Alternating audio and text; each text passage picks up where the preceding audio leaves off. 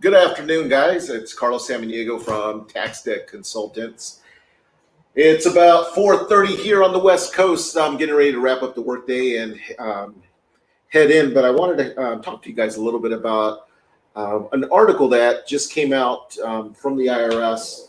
Actually, the media is reporting on this in regards to the IRS. Good evening to my East Coast friends. And what I'm here to talk about today is basically, as you see here, the IRS has right now 35 million tax returns that are still not processed.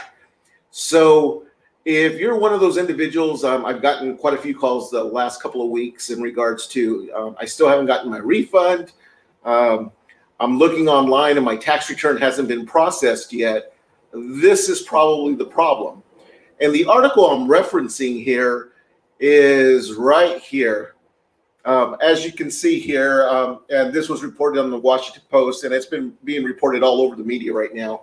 The IRS right now is faces 35 million unprocessed tax returns. That's a lot of returns. And the thing is that they still have 35 million unprocessed tax returns. However, there's a whole bunch of collection letters going out. I got quite a few. I'm getting at least 15 to 20 collection letters from the IRS. And these are basically collection letters of clients that I'm representing that are having some tax problems, some tax challenges. As a power of attorney working with the IRS in regards to your challenges, I get copies of everything. So, they might be still trying to figure out this return processing situation, but they sure in the hell are still collecting.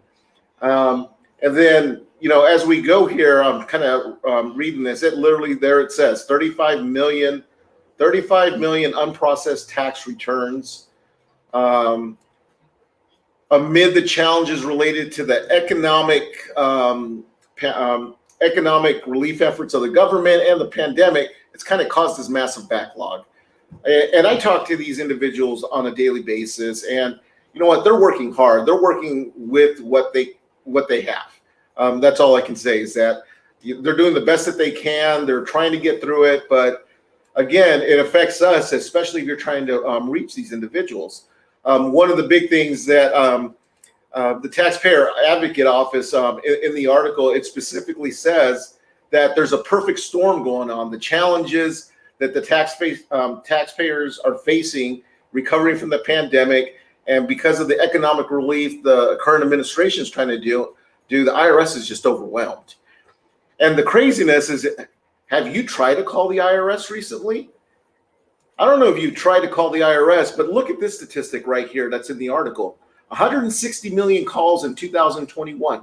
That's a 300% increase in regards to compared to 2018.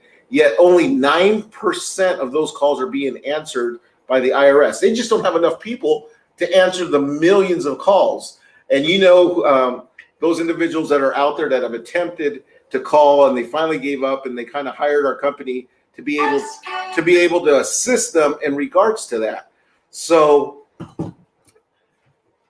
I want you to kind of let's go a little bit more into this letter here. As I mentioned, again, my primary reason is just to kind of let you know, I know a lot of you guys are really trying to deal with the IRS, to deal with the letters. Here's a couple of tips. One, if you get a letter from the IRS, open it. There's a lot of people that they don't want to open it. They get a certified letter. If it's a certified letter, definitely open up the letter. Read it. If you're not sure exactly what it says, give my office a call. We can try to help you kind of translate the gobbledygook that sometimes is on this paperwork. And a lot of times their information is completely incorrect. As an example, I have a client, it's a business owner. They got a letter that said that they owed $90,000 to the IRS. And I actually pulled their transcripts because I have access to that. And it was only showing $60,000 owed to the IRS. So I actually picked up the phone, called the IRS, and I was like, what's going on here? And she's like, well, they owe $90,000. But as they dug deeper, they realized it was incorrect. It was only $60,000. That's a $30,000 mistake. So I want to, one is offer you my free book, taxdebtbook.com. If you do not have this book, you can get the electronic version of taxdebtbook.com. I want you to also kind of point out chapter 10 of this book is 5 questions to ask any tax resolution firm, tax firm. 5 questions you should ask them before you hire somebody dealing with your tax problems. And I guarantee there's a lot of people that's going to have tax problems that may be incorrect tax problems because of mistakes being made, because a lot of these tax returns, whether they got filed correctly, whether it's been processed, just check. Please read your letters and don't give up on the stress in regards to dealing with the IRS. And if you need some assistance, go to taxdebtbook.com, grab my free book.